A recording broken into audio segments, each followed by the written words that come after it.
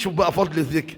الحديث عند الترمذي وأحمد وغيرهما من حديث معاذ بن جبل رضي الله عنه أنه صلى الله عليه وسلم قال: ألا أخبركم بخير أعمالكم وأزكاها عند مليككم وأرفعها في درجاتكم وخير لكم من إنفاق الذهب والفضة وخير لكم من أن تلقوا عدوكم فتضربون أعناقهم ويضربون أعناقكم.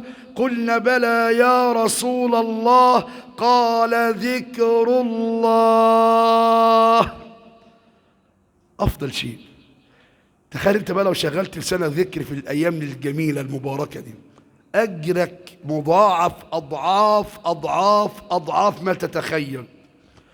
أفضل شيء عند الملك، أفضل شيء تملى به صحيفتك، أفضل شيء تزكي به ربك، بل أفضل من الإنفاق في سبيل اللي معوش ينفق، اللي معوش مال ينفق، اللي مش قادر ينفق في سبيل الله ظروفه على قده.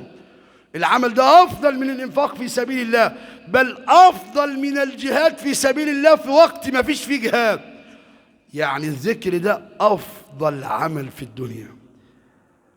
اللي معوش